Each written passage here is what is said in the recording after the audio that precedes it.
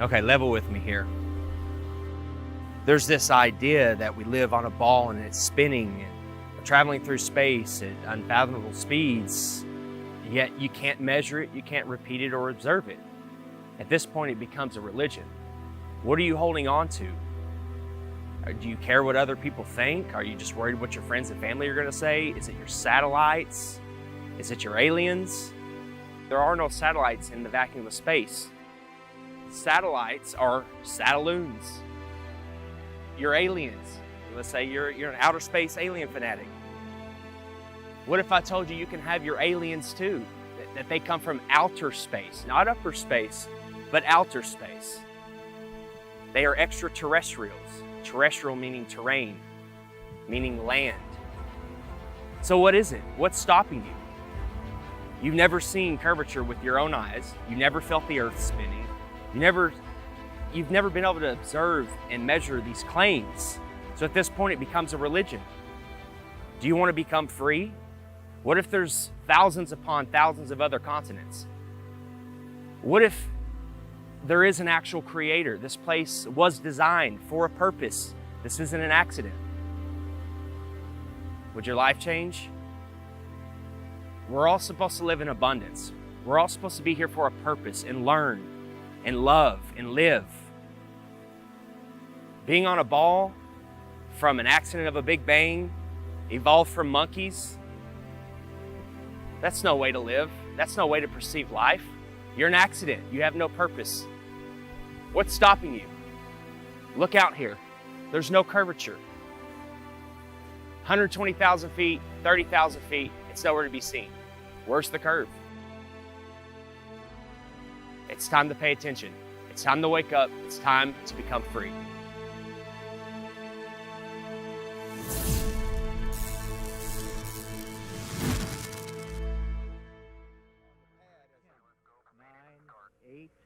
Seven, 6. We have main engine start. 4, 3, 2, 1, and liftoff. Liftoff of the 25th Space Shuttle mission, and it has cleared the tower. On January 28, 1986, CNN watched the Challenger launch live on the air with its viewers. They and the other media outlets told you that the astronauts died in the explosion. But as always, there is an agenda behind every mainstream headline. This morning, it looked as though they were not going to be able to get off. 1 minute 15 seconds. Velocity 2,900 feet per second. Altitude 9 nautical miles. Downrange distance 7 nautical miles. Looks like a couple of the solid rocket boosters blew away from the side of the shuttle in an explosion. Flight controllers here looking very carefully at the situation. Obviously a major malfunction. We have a report from the flight dynamics officer that the vehicle has exploded. Today is a day for mourning and remembering. Nancy and I are pained to the core by the tragedy of the Shuttle Challenger. We know we share this pain with all of the people of our country. This is truly a national loss. The 7 NASA astronauts supposedly killed in the 1986 Challenger disaster did not die in the explosion and are quietly living out their lives in the US, with many of them hiding in plain sight, using their same names and working at high levels in the same fields they worked in before the disaster, according to explosive evidence uncovered by investigators. We've located 6 out of 7 of them. In the world of deception, it's really easy to say this person is that person, and there's a lot of that going on, muddying the waters. But 6 out of 7 have identical names. They work for universities, most of them. There were no people in the Challenger. That was a hoax. That's been proven conclusively by researchers and reporters, investigators, who have found that those supposed people that were in the Challenger are still alive today. We remember Dick Scobie, the commander who spoke the last words we heard from the Space Shuttle Challenger. We remember Michael Smith. We remember Judith Resnick. We remember Krista McAuliffe. We remember Ellison Onizuka. We remember Ronald McNair. People still think the Challenger exploded with these astronauts. It was a horrible thing. Never happened. Yes, the rocket exploded. There was no one on board. So imagine you're at the launch of the Challenger. This is a historic moment and it blows up in midair. Whether you are personally related to somebody on there or don't know anybody, you're going to be a mess. This is an emotional, incredible scene. And CNN was reporting, and they told the cameraman, let's get a live shot of Krista's parents. And when they zoomed in on them, they were giggling, they were laughing, they were smiling. I don't know how you can put a smile on someone's face, even if you told them the funniest joke in the world at that very moment. Just look at their face. Is that the face of somebody whose daughter just blew up in the most horrific, violent accident ever? Or is that somebody playing a role, not knowing that they're on camera and thinking about the money that they may have gotten? You can hide somebody that's allegedly dead right in plain sight. All you have to do is move them a little farther away, give them a different job, claim that they're somebody else. You don't even need to change their name. So statistically speaking, the odds that almost everyone on the Challenger have exact lookalikes with exact names still existing is kind of laughable, honestly. Exact doppelgangers existing in the world with the same names, and when confronted, they get very nervous and their stories begin to conflict and they have the same mannerisms. You know, it doesn't take a lot to put it together, honestly. Let's start with former NASA astronaut Michael J. Smith, with the same name as this retired professor from the University of Wisconsin-Madison. Are you Michael Smith? Yeah. Professor at university? Retired. Retired? Yeah. Yeah. Yeah, I just stopped by because there's this room. Are you aware of that? There's a rumor on the internet. It's not me. That people are saying. Yeah, it's not me, obviously. I mean, anybody that looks at my background, looks where I was born, it's not me. I mean, it's interesting that the Michael J. Smith that was the astronaut looks something like me when we were younger, but really not if you really look at facial recognition. You never been a pilot, never been in the military? Nothing like that. Huh. No. Okay. Yeah. That's all. And I I don't respond to the emails I get. I get probably an email, maybe 2 a month. Really? And I got one guy that's been really hounding me, and I turned it over to the FBI. Okay. Yeah, you just sure look a lot. It's the same name. I know the facial thing, but that's what we looked like. What? 40 years ago? Mm-hmm. Yeah. Okay. Yeah. Well, thank you. Yeah. Okay. Michael J. Smith, identical looks, dimples the same, teeth the same. There's really no denying it. And before he could finish the question, Michael denied it. Oh, that's not me, you know, and laughed it off. What's he going to say? Oh, you got me? Not going to happen. The driveway footage of Michael J. Smith, that's real. I mean, that can't be a deep fake, you know. So at some point, you got to stop trusting liars. We don't hide our space program. We don't keep secrets and cover things up. We do it all up front and in public. Next is former NASA astronaut Judith Resnick with an exact doppelganger working at Yale University. 37 years have passed and she hasn't even changed her name. Side by side, there's no denying it. When she's approached, she has a very odd way of not responding. Hey, Judy? Judy. How you doing? I'm from the press. I just had a quick question, if you don't mind. What press? I'm from a radio station in San Bernardino. I know there's a conspiracy about the space shuttle. No, I want to be polite. Friendly, just a question. So there's a lot of rumors about you being on that space shuttle. Obviously, you know, if you want to comment, we would really appreciate it. Kind of odd that Judith is in full panic mode when realizing the press is in her presence. She's no stranger to being in the spotlight. She even made her way into Hollywood for a quick cameo. If the choice is to allow Americans to be taken as hostages or to be executed, I'll bring my own rope. Saddam backed down, and Ambassador Wilson helped thousands get safely home. When he himself came home to the United States, he was warmly greeted by our president, who took him to the Oval Office and introduced him to the War Cabinet as an American hero. Commander Dick Scobie had a company called Cows and Trees, and when you went to his website, there was an animation of a cow taking off like a rocket with a smoke stream coming out of its backside, doing a twisty curl in the air that looked remarkably just like what we saw with the Challenger. And after we started making videos on that and it started going viral, that website disappeared, never to be seen again. And nobody could have predicted back in 1986 that in 30 some odd years from then that there would be something called the internet that would bring all this information to the tip of your fingers, and you'd be able to search through pictures, Facebooks, websites, profiles. Now these people are scared. They're hiding their profiles, they're deleting their websites, they're making their Facebooks private. Onizuka and McNair are always together. They're hanging out at NASA and always talking about themselves. Ellison Onizuka, if you look at clips of him back in 1986 when this happened, he actually spoke like, every other word was, Let me say that it's really a pleasure to be back. If you look at clips of his brother, Claude, now speaking, it's the same exact thing. Every other word is, But Ellison's dream is continued to be carried on. I think we got some... we're very fortunate that I think we're ready to go fly. Thanks for being out here today. His brother just so happens to be the spokesperson for the Challenger tragedy.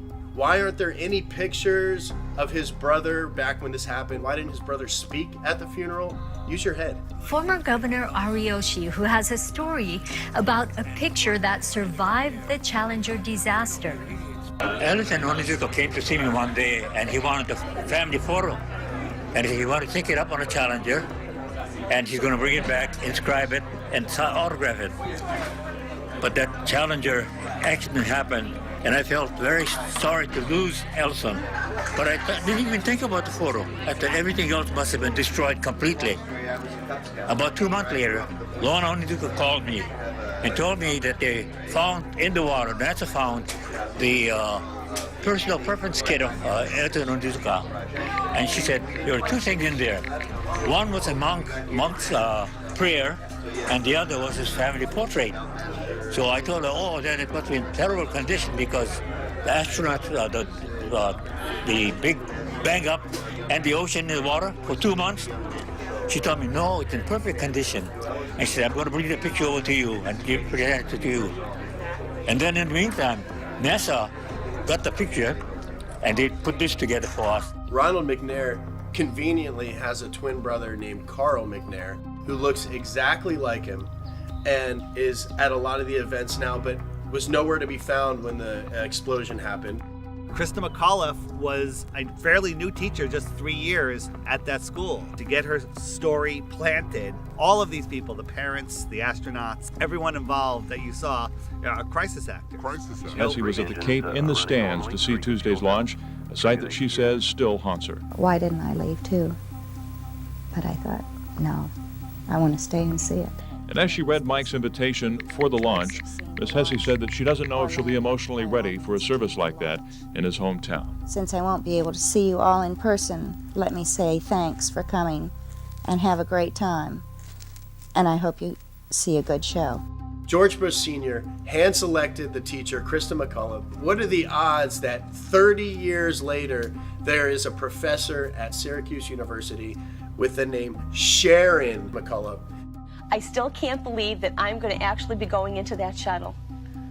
It just really doesn't seem possible. Krista McAuliffe was asked if she had any fears about her space shuttle flight. People really feel that space travel is safe now. It's not that earlier feeling that, oh, it's going to blow up or something's going to happen. Right at this point, I feel that I'll be okay if I go up. Well, where's Jarvis? How come you haven't located him? And the answer is, he could have died of natural causes, a heart attack, a car accident, 3, 4, 5 years later, and it would never be reported. The reason they did it was a psychological operation to justify not doing manned space flights anymore and to pull on your heartstrings with an emotional cover. So if you dare question it, then you're immoral. And then when you look into it, you find out, of course, that you have all these people still existing in the world. So basically a government version of witness protection for NASA. Our nation held a vigil by our television sets. In one cruel moment, our exhilaration turned to horror. We waited and watched. They were waiting and watching. When they saw the explosion, there was confusion. Was something wrong? The principal and teachers weren't certain either. Then it got very quiet as the horror of it began to register. Besides the trauma-based mind control and putting children through that trauma, and also it reinforces their model. It reinforces their religion. Look, this terrible thing happened. We're trying to go to space. We're trying to explore for science. But oh, look, all those people died. But at 1 o'clock, school was closed. It had to close. I felt as if my whole body blew up inside when I saw that. And I can just never be as shocked as I am now. Seeing it with my own eyes, it really just scared me. Some astronauts blow up in a rocket. What does that do subconsciously to the average person?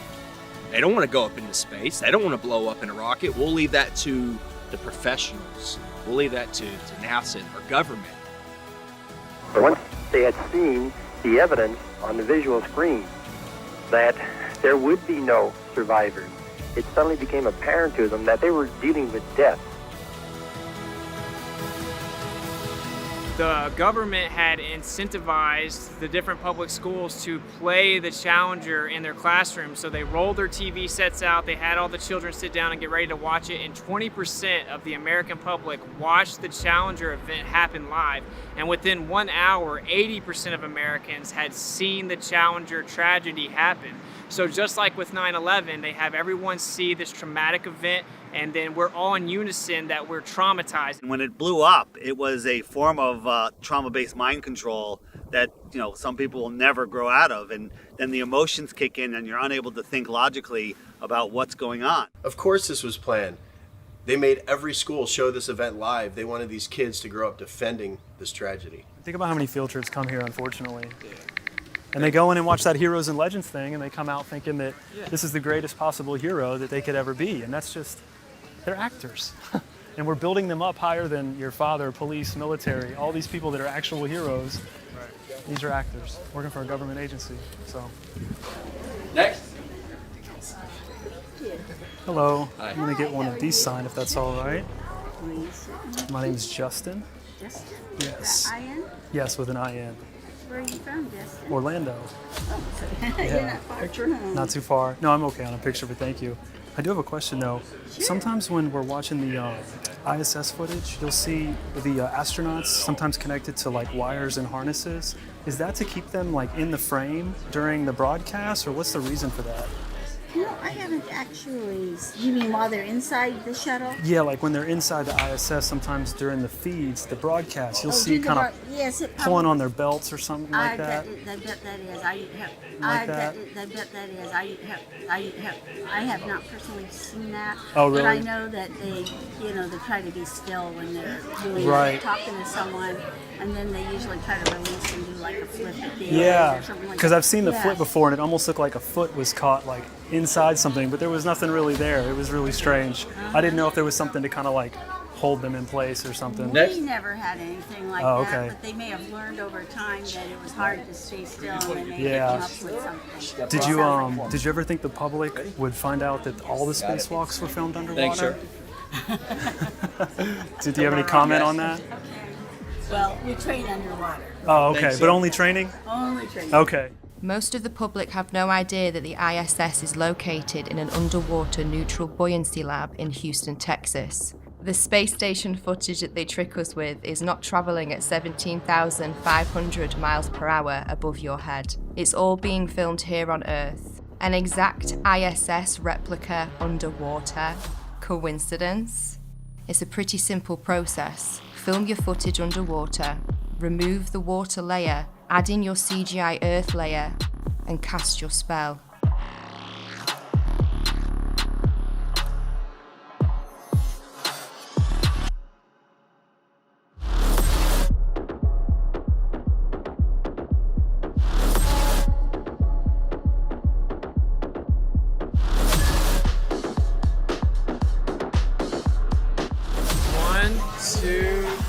Bubbles in space. The International Space Station, that's a complete fraud. It's a complete hoax. I don't believe that all these astronauts are living up there and doing all this. Every single time that they do some type of live demonstration, you can see some type of faulty wiring, some type of glitch. They're literally being held up by strings. Green screens, wires, CGI, augmented reality, all sorts of issues. Think about this. They always have the women with long flowing hair. That would never be allowed. They literally spray hairspray in their hair to make it look like their hair is floating in zero gravity. The International Space Station, brought to you by the same guys who faked 6 moon missions. Yeah, I believe that. I don't know exactly how they're videotaping themselves. They could be on one of those zero-G planes and, doing it all in there. I'm not sure how they're doing it, but I don't believe it at all. It looks like a bunch of green screen I don't believe that at all. The space station is a serious place.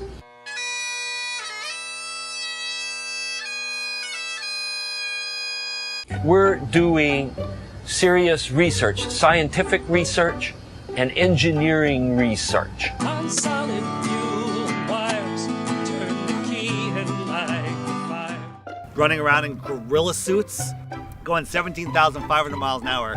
There's supposedly micrometeorites, other satellites up there. They could die at any second, but they're running around playing with water. They're always playing with water, claiming to grow lettuce. And I love this video because it looks like animation, like something that somebody made, but it's actually real footage from the space shuttle, just sped up just a little bit.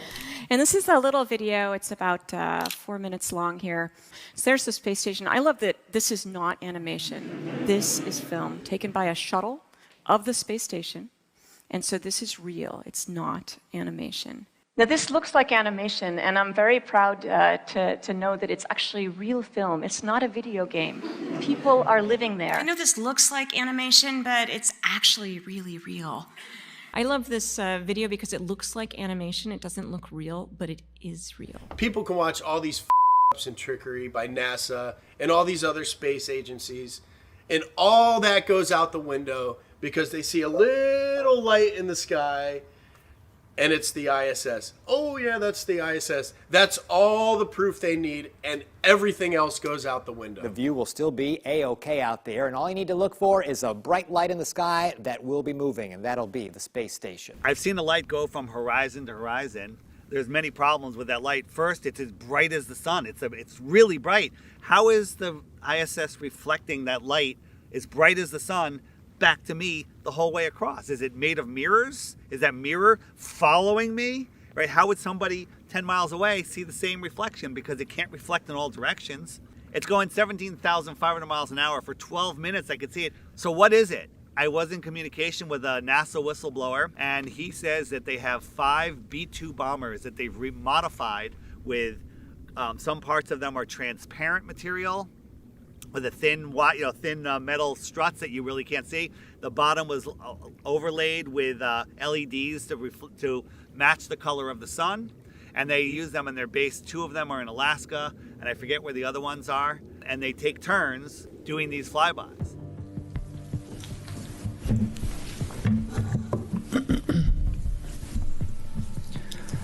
Good afternoon, Commissioners. Today I'd like to bring to your attention a potential fraud on an enormous scale happening in York County. There's now clear evidence of NASA using numerous methods to grossly mislead the public about astronauts being on the International Space Station. During interior ISS scenes from NASA's own live feed, the use of wires, harnesses, green screens, and virtual reality have been detected to achieve the appearance of a weightless environment. This begs the obvious question. If they're really up there, why are they using Hollywood techniques to fake the footage? Are they in space or are they underwater? Now, what's really interesting is that they train for spacewalks in an underwater pool with a complete ISS replica. Now, surely they aren't filming these spacewalks in an underwater pool and then editing them to appear if they're in space, because that sure would be something, wouldn't it? I'm calling on the Brevard County Commissioners to open a full investigation into NASA's fraudulent practices and use of taxpayer dollars. It costs NASA $3 billion per year to operate the ISS, and if they don't have a darn good explanation as to why they're faking these videos, I and the public would like a darn good explanation as to where our tax money is going. It is our duty to expose and eliminate this fraudulent and astronomically wasteful ISS program. And look, I know what you're all thinking. NASA is part of the federal government, and you're just county commissioners. Even if what I'm saying is true, what can you do? But let me remind you, not only is this happening in your county, as public officials, you have the platform and the ability to make a statement or hold a press conference, alerting the public, state, and federal authorities to investigate further. You have the power to start the conversation. I look forward to the day that $3 billion annual budget is put towards our veterans, our homeless, maybe some of that mental health stuff the young lady just spoke about, and the revitalization of Brevard County. Flat Earthers pay attention. We're paying attention to NASA. We're paying attention to SpaceX. Most people aren't, but yet they'll defend it. They'll defend it. They have no idea the Earth's supposed radius.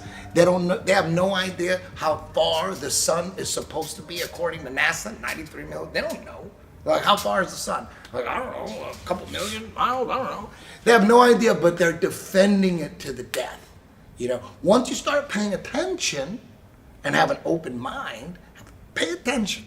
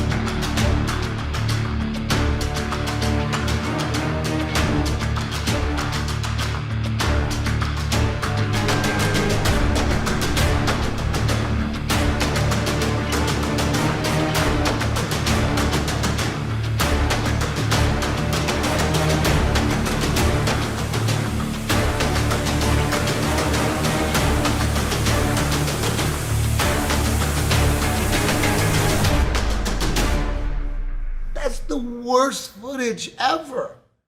But we do want to make sure that the American people understand that there's no need to panic. The president took this action, as I mentioned earlier, because the objects were indeed flying at lower elevation, and they were in civilian airspace, and we wanted to make sure that we protected that airspace. But again, we want to also make sure that the Americans are not do not panic during this time. Wait, what? It's on a balloon?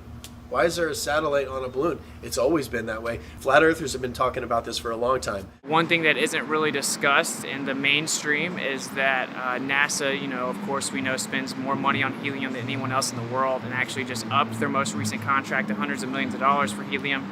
And they admittedly launched balloons bigger than 1 to 2 football fields. And it's significantly more efficient for transmission of data, for weather compilation of data. They basically have a fleet of balloons above you that are facilitating majority of the information that we utilize. So why do you think NASA is the world's largest consumer of helium? Why would they send up balloons, these satellites, on balloons if they're in magical floating space, in the magical floating vacuum of space? They're showing us, they're telling you right now, they're telling us in plain sight, hey look, satellites are on balloons, they're not in magical space. Right here at this research center. Okay, this loud truck, yeah. I know they're gonna make the noise. Okay.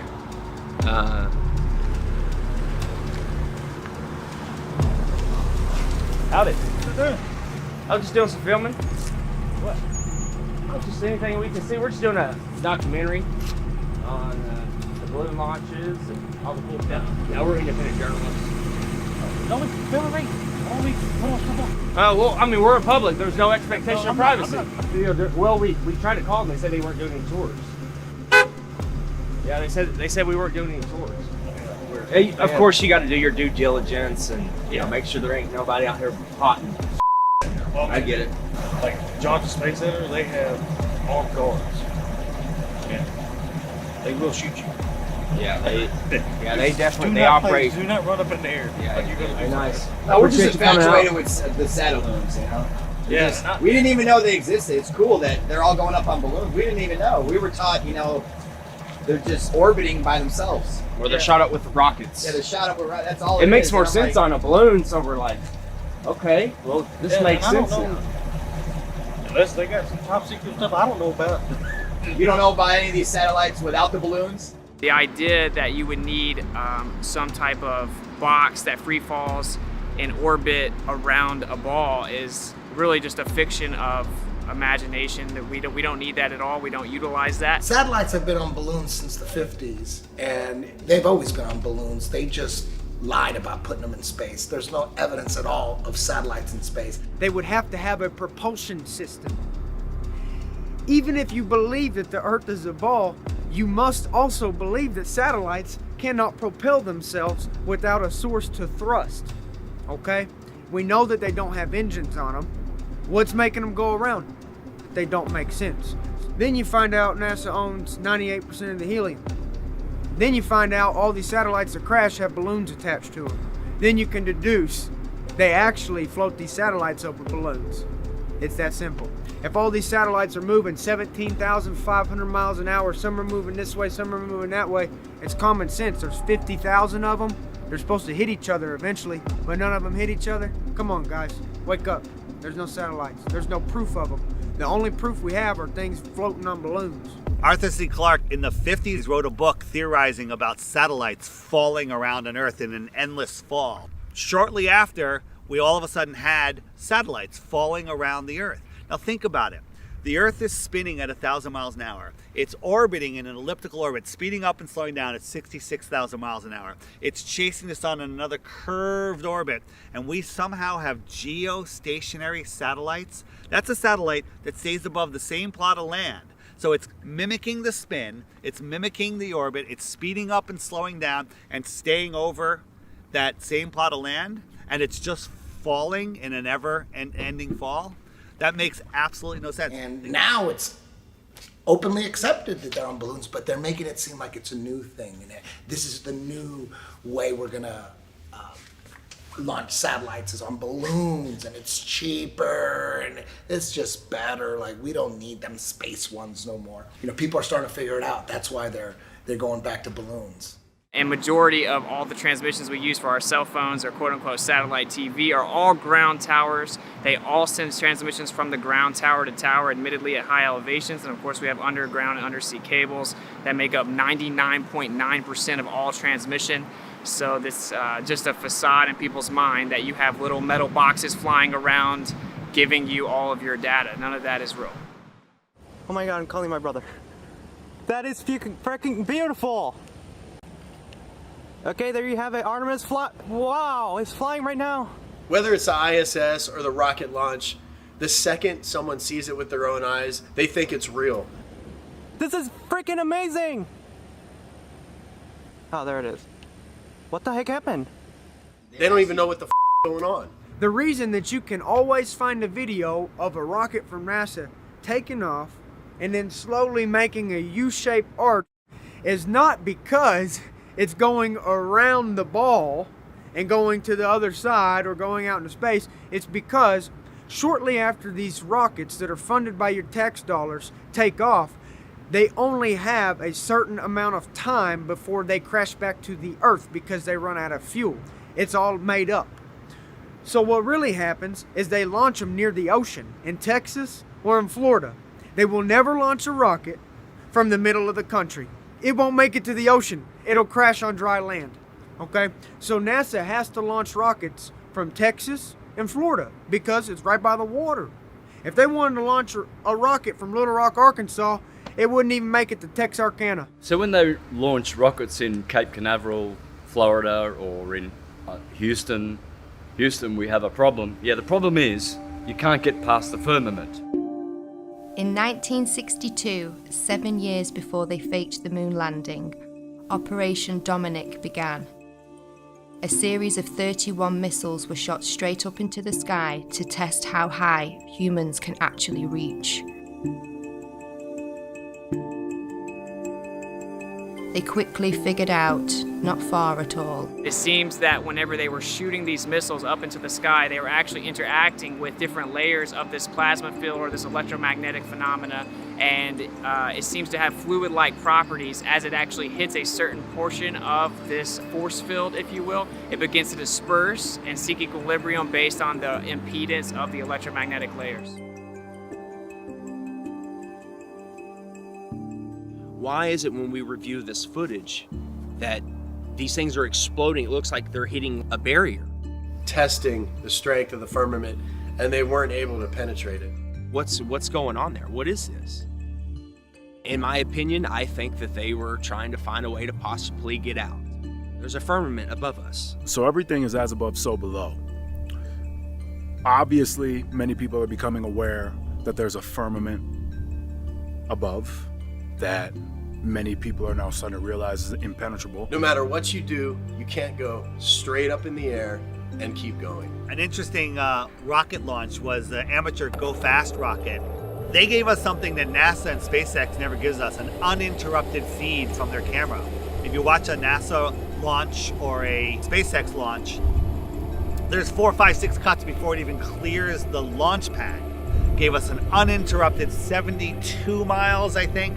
Went up, and all of a sudden it went kerplunk, it hit something. It went up, and it appears to have hit the firmament. One thing I really want your generation to embrace is that the Earth is a closed system. We cannot leave the Earth. There's no place to go. There is water surrounding us in all directions, including directly above us. We now know that there's something called superfluid that exists. You could have helium-3, and it could actually offer full electromagnetic propagation perpetually without any impedance.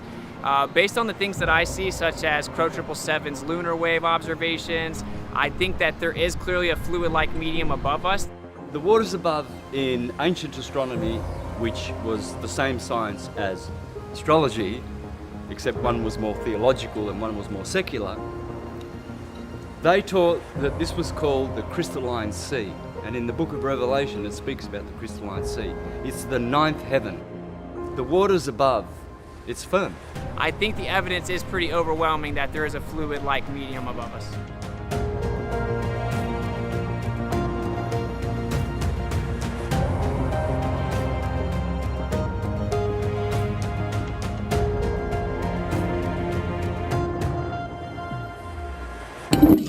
What I can tell you for sure is the water above is level, because all water finds and maintains level. I feel that's the next wave of enlightenment, is now more and more people realizing as above, so below.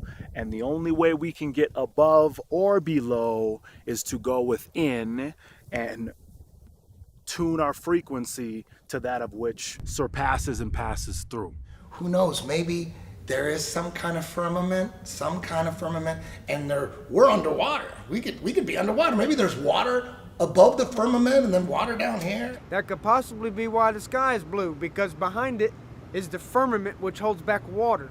As above, so below. God's throne does not sit on a convex, silly snow globe, okay? The firmament, the waters above, where he separated the waters below from above, they're flat and level. It's the sky plane. The sky only appears to curve, just like the ground. There is no curvature in the sky. There's no curvature on the earth. Well, Dave, the SpaceX Falcon 9 is going to launch from Vandenberg Air Force Base, and it's going to launch in just about a minute, maybe a little less here. Just see the trail it's leaving behind.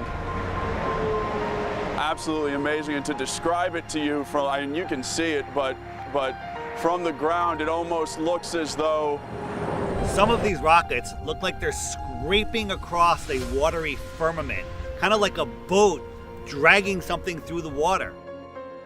You see what resembles a speedboat going through water. You'll see the rocket hit the firmament, explode like watery, and then it will skim along the surface of the firmament. Why is that? Well, because it's hydrogen. It's water.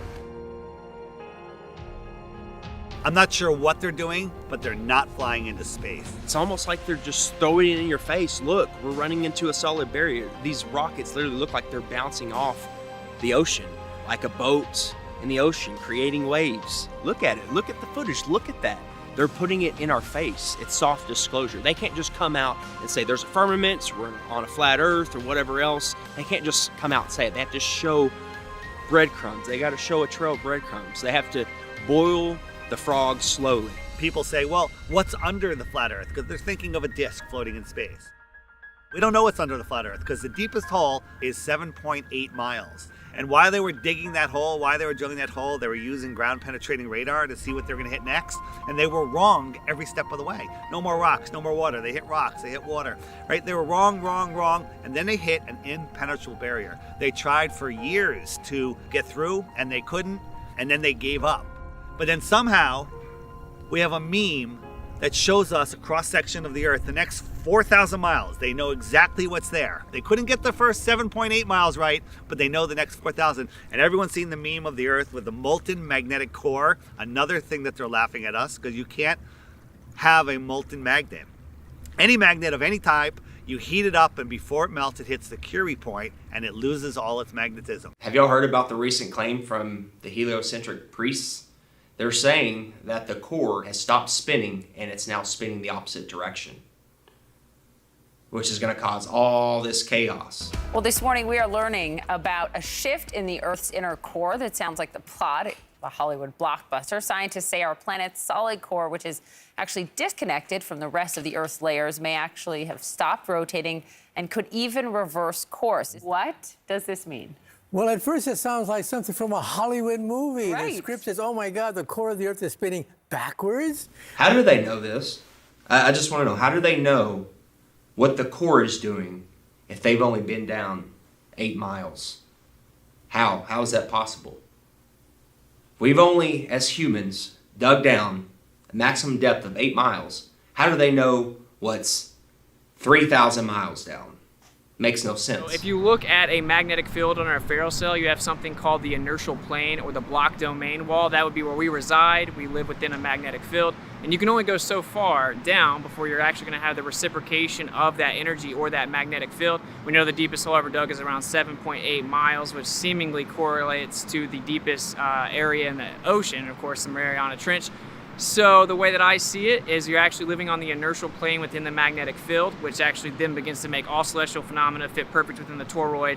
And of course, this entire idea that there's this magic magma core made of nickel and iron that's spinning at a different speed than the Earth spins is a complete fiction made up of seismic activity and speculation. And actually, when you look further into that, they say that that causes the magnetic field with something called convection currents. You have the geomagnetic field from the geodynamo model, and actually you would have a symmetrical magnetic field coming from the core. As it is a sphere, you would have the same magnetic field in the north and the south. But what the evidence actually shows is that it is not symmetrical at all, and in the south, the magnetic field gets up to 30% weaker. There's something called the South Atlantic anomaly, which shows that it 100% is not some symmetrical dynamo effect causing the magnetic field. If you actually look further into the dynamo model, there's about 50 questions that have gone unanswered. They can't even get the math to work with supercomputers. It's pure speculation that they can't get to work, and it seems that actually we are just prohibited from going too far down based on pressure mediation within a magnetic field. There was a famous scientist that sent a submarine down and hit the bottom of the ocean and wasn't able to penetrate the bottom of the ocean, as if there was some type of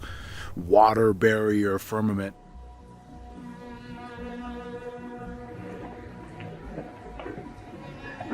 One of the strangest places on the ocean's floor was only just discovered in the 1990s. At 9 degrees, one of a handful of people to ever see it in person. Without a doubt, one of the most amazing things that I have ever seen in the bottom of the ocean. It was while filming for Blue Planet in the Gulf of Mexico. nights ago, I noticed there's something out in the distance. Couldn't tell exactly what, but it looked like a dark band. And as we approached it, the dark band became a donut. I saw this donut. It was black in the center. What the heck is that? And so as we get closer and closer to it, I noticed that the black band had what appeared to be kind of steam over it. And then I looked, and there was water lapping against the shoreline. This band was a ring of mussels. And inside the ring of mussels was a lake. And it's like, wait a minute, I'm already underwater.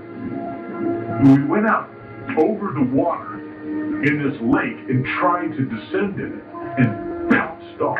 It was so super saline and dense that the submarine couldn't go down in it. We literally bounced off, and as we bounced off, we sent ripples heading back to the shoreline. It's because of the firmament.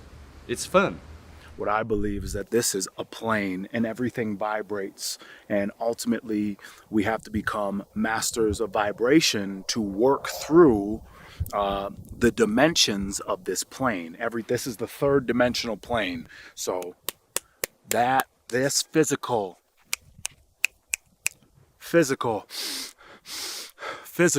this is the physical plane. Now, if we close our eyes and we envision something, our brain doesn't know the difference between a thought and actual reality. So they teach us about gravity when we're young kids, because when you're a young kid, you kind of believe everything that you hear. They tell us that gravity was discovered by a guy named Isaac Newton. And by the time he was 23, he had discovered gravity, invented calculus, and trigonometry. Well, I'm telling you right now, none of that happened. Gravity's just a theory and an excuse, really. It's real simple. If there's a force strong enough to hold oceans to the planet, there's a force. We should all be stuck to the ground. You know, the force can hold buildings, skyscrapers, tanks, ships to it, but it can't hold a helium balloon. Helium balloon just flies away, smoke just flies away. Everything should be stuck to the ground like a magnet. If there's a force holding oceans to it, it doesn't make any sense. Once you look at gravity and you try to prove that it's real, you'll discover there's no proof of it, and that there is only proof of density, buoyancy, and electrostatics. Electrostatics is a proven thing. We all know that a positive and a negative will attract towards each other. So the Earth has a neutral or negative charge. Everything above it has a positive charge, and it is attracted to it. Everything that exists is electric. There's not one thing that exists in the entire world that is not electric. It's actually the unifying force that keeps everything here, holds everything together, and everything seeks equilibrium based on that. So everything's trying to find a state of rest based on its electric phenomena or its electric nature within the environment that we exist within. And then when you start to look further into it, you find out that on the smallest scale, electrostatics is significantly stronger than gravity is even claimed to be. Magnitudes greater, 10 to the 36 power to be specific. So everything, simply put, everything that exists is electric. Everything that is falling to the ground or not falling to the ground is seeking equilibrium based on electrostatics. We can actually test this. We can use something called a corona motor, and whenever we manipulate electrostatics, we can make things levitate. We can make things go up or down, and we can actually change how fast they go down. We can also manipulate the weight of an object simply by manipulating electrostatics.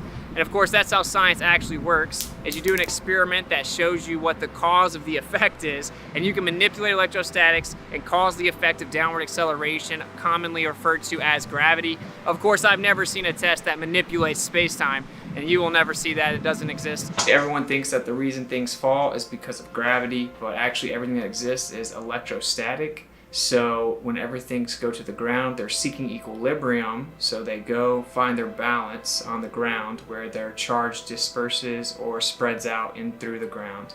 So we have positive charge in the air, We have negative charge on the surface of the earth or on the ground, which is why it's called grounding.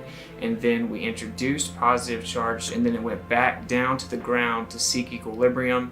This shows that that's actually what objects do when they fall to the ground. They go to the ground because of the electric forces, and they seek equilibrium on the earth. We knew about it as in the 1950s, even earlier, and it's all been hidden because if humans were allowed free energy, free movement, and able to explore, we would find out what this place is. We'd find out our position in this world. And that's the number one thing. Why are they hiding flat Earth? Why? What's the motive? And the motive is to keep us dumbed down, not knowing who we are, not knowing where we are, not knowing the true power that we have, and not having true freedom. So ultimately, the master plan in all of this is to fake an alien invasion. I think one of the biggest upsets with globe believers when they hear flat Earth is we're taking away their Star Wars. We're taking away their aliens. We know aliens, extraterrestrials, have been documented since all recorded history. I've actually personally seen UFOs multiple times from like the age 18 up, probably 7 different times I've seen UFOs. I know it's a very real phenomenon. What about the secret space program? I call it the secret propulsion program. They're using electrostatics and other technology to maneuver around. Maybe they're even just pulling energy out of the air. We can go back to, I think it was Reagan in his famous United Nations speech, talking about the world coming together, facing a universal threat. Perhaps we need some outside universal threat to make us recognize this common bound. I occasionally think how quickly our differences worldwide would vanish if we were facing an alien threat from outside this world.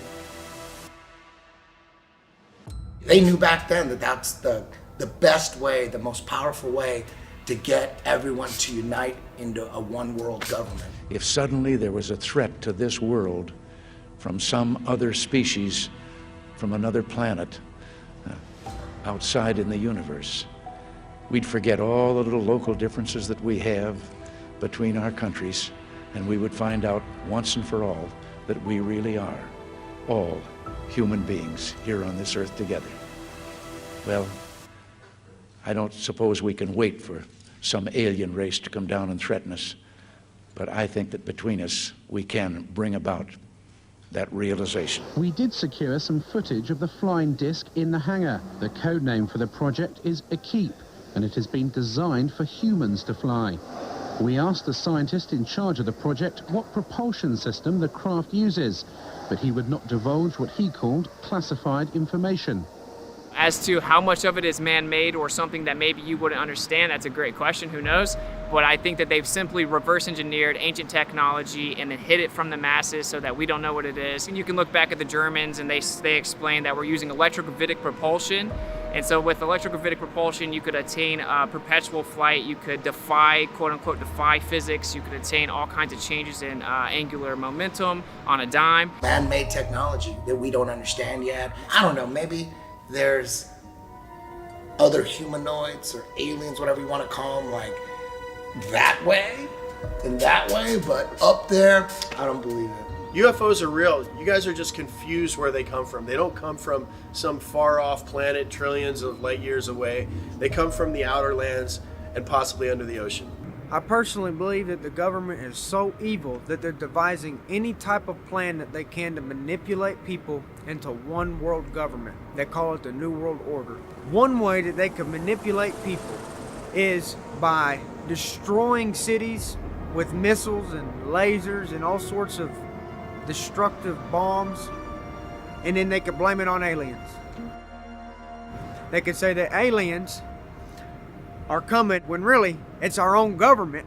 Now man has reverse engineered that, so we do have them here now. We know our government has this technology. If they fake an alien invasion, they get the New World Order, which they want. They thought COVID lockdowns were bad. We found out that they pretty much lied to us about everything to push an agenda of more total control. We're closer than we've ever been to World War III, all of this other stuff, and now the only way for them to truly, in my mind, get what they want or supersede the timeline, speed up the timeline, is to fake an alien invasion. The moment they do that, everybody panics. The government has to step in as a one world government. All governments come together to fight an outer worldly threat. And then we're all in lockdown like you wouldn't believe, because we got to be aware of the alien viruses. I mean, we're already scared of the human viruses. Now we got to be scared of the alien viruses, and we're So that's, I think, the end game. And it's pretty easy to see that that's what they're gearing up for. That's why they're telling us there's a mothership in our... No, shut the Like, we've had this technology for years. They've taken our focus and put it up there and not to the outer lands or the extraterrestrial areas. When someone says extraterrestrial, what does that mean? It means extra terrain. So it's a lot more prevalent that the world is bigger than we know, in my opinion, than these beings are traveling millions of miles or light years away to come here. I believe they won't let us go past Antarctica. So if they won't let us go past Antarctica, my favorite show in the world is Attack on Titan. I believe they're telling us things through shows, that being one of them, that there is potential for other land outside of what we know. If there's more land out there, then why are we paying $1,500 a month to live? Or California, people are paying $3,000 to $4,000 a month in rent to live. Why would we have to do that if all of our world could fit into Texas and then there was more land other places? Like, obviously it makes more sense. You can still have that concept, that idea, that belief, whatever you want to call it. You can still have that on flat Earth. You're not trapped in a snow globe. I honestly do believe that the government is hiding more land. There could be thousands of continents. There's definitely more than 7. I'll bet my life on it.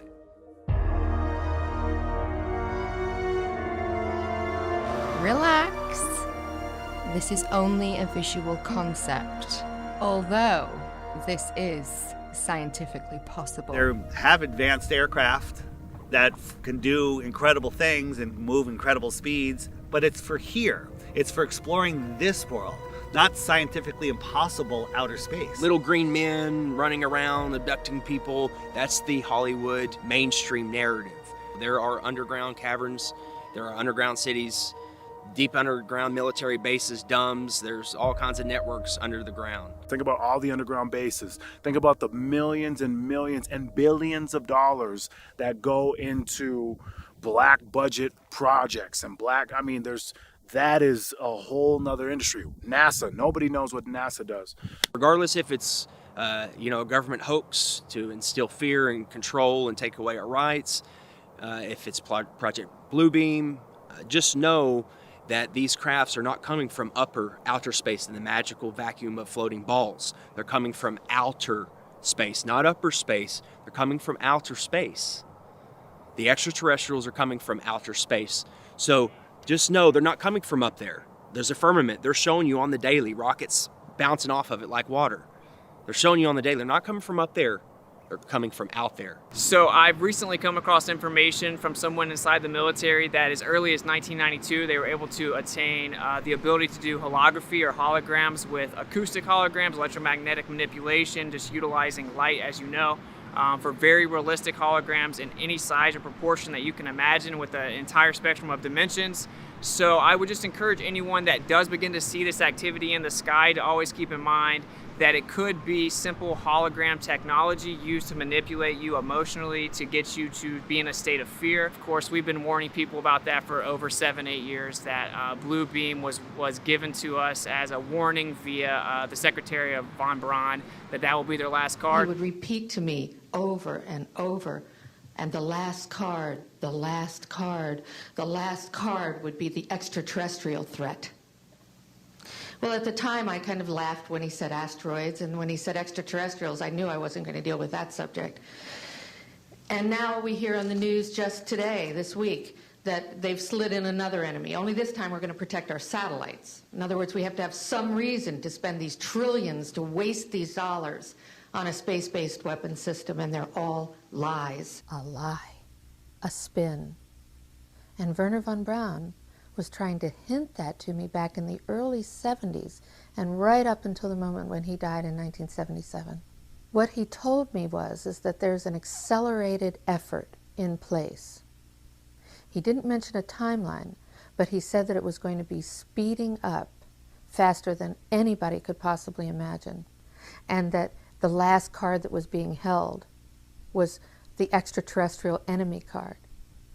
The intensity with which he said that made me realize that he knew something that he was too afraid to mention.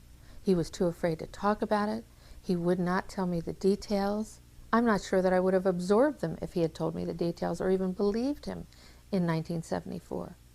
But there was no question that that man knew and had a need to know, I found out. The look in his eyes made it clear to me that he knew that there was something going on that was a big secret that he could not divulge. That'll probably be their last card. I think that's where they're heading.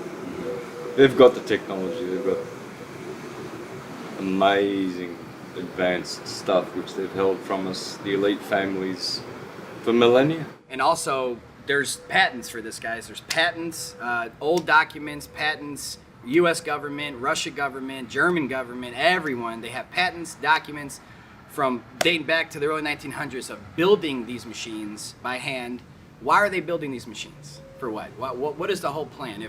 If these are some special things coming from above, then why does man have to build them here to scare you with them? Why does man have to create blue beam technology to, coming soon, scare you with this stuff? Because none of it's coming from above you. None of it is random, okay?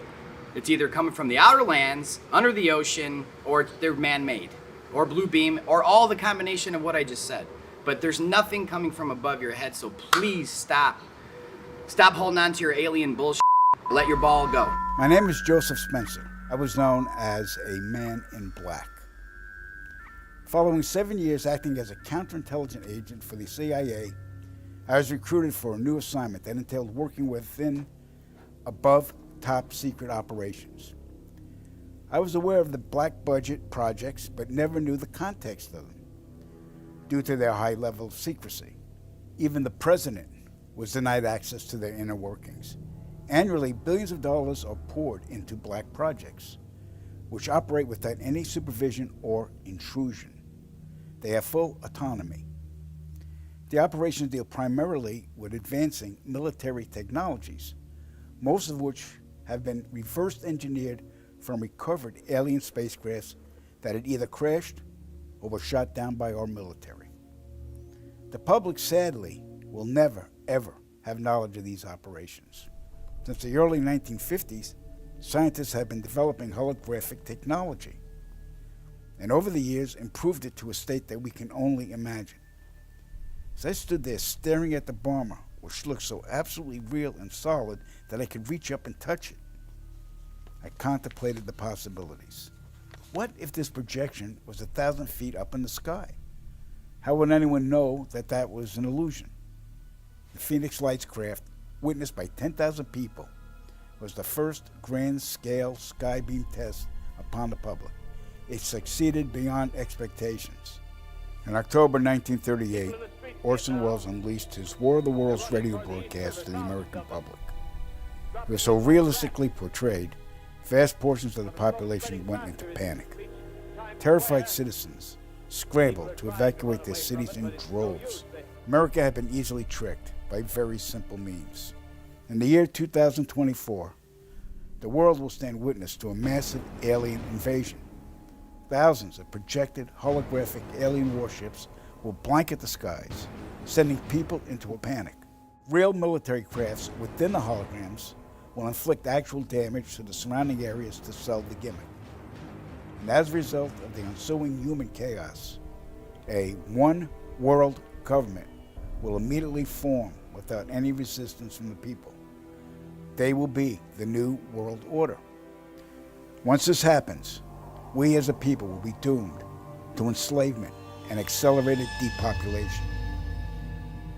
With that said, the only hope for human salvation is to acquire and spread the knowledge of these activities and agendas. Resist, retaliate, then conquer this imposing enemy. The time is now. time is now. The time is now. Take a ride on my plane, things will never be the same.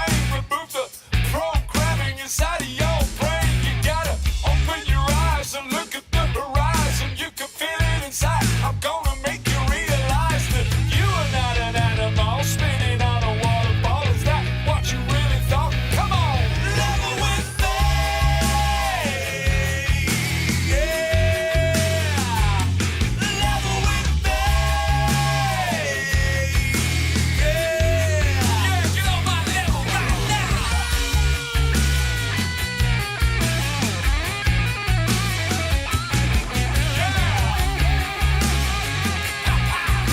Once you on the level, say I'm finding the devil. 'Cause you are not an animal spinning on a waterfall. Is that what you really thought? Come on, level with me. Yeah, level with me. Yeah, level with me.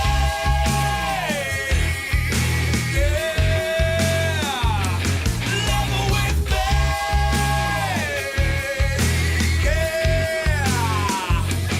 Level with me. Got your mind. You're lost in space. Level with me. You're out of control. You need to come back down.